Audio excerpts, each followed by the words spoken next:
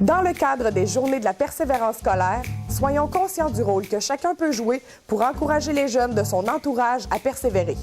Ensemble, poursuivons nos efforts.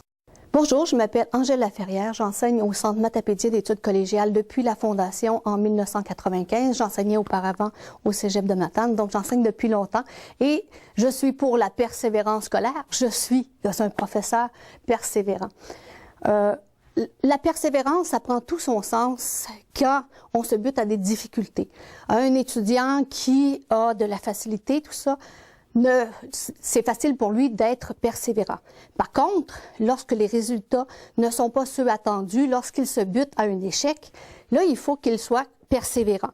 Qu'est-ce que ça veut dire? Ça veut dire, à ce moment-là, de s'engager plus dans ses études, d'accepter la situation et d'avoir recours à de l'aide.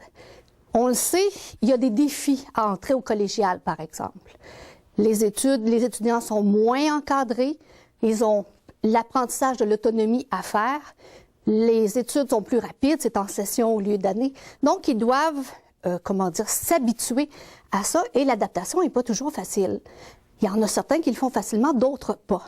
Et il faut que, pour ceux que c'est plus difficile, accepter qu'il y ait de l'aide.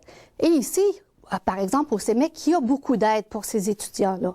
Il y a la pédagogie de première session, il y a des capsules méthodologiques, il y a plein de membres du personnel qui s'impliquent, les professeurs, les services adaptés, l'API, l'aide pédagogique individuelle, il y a des tuteurs, bref, il y a beaucoup de services.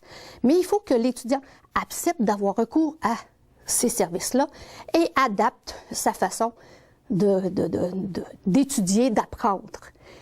Il a tous les avantages de le faire et ça fonctionne.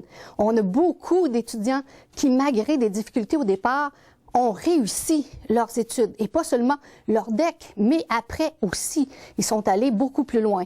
Je me souviens, entre autres, il y a quelques années, de Guillaume qui avait, une situation personnelle difficile, qui s'est buté à plusieurs échecs dans les premiers cours, mais qui s'est accroché, qui a fait preuve de persévérance. Et il n'a pas juste réussi son DEC, il est allé à l'université et il s'est rendu à la maîtrise. Je me souviens, entre autres, d'Édith, qui a aussi profité de certains services d'aide et qui a réussi à obtenir son DEC et à faire sa vie. Christina, qui, dernièrement, a, après plusieurs échecs, continué, persévéré et a réussi une excellente dissertation. Donc, tous ces étudiants-là sont relevés les manches, ont montré ce qu'ils avaient dans le ventre, se sont accrochés et vont en tirer profit.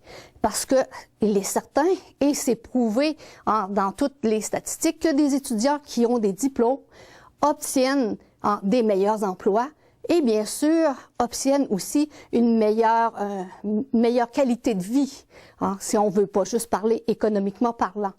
Donc, il faut passer par-dessus des difficultés, se retrousser les manches, travailler et il y a du monde qui sont là pour encadrer, pour aider ces étudiants-là. Donc, il ne faut pas avoir peur lorsqu'on a une première difficulté d'aller en parler avec les personnes concernées et de profiter de tout ce qui est mis en place pour aider parce que l'avenir en dépend.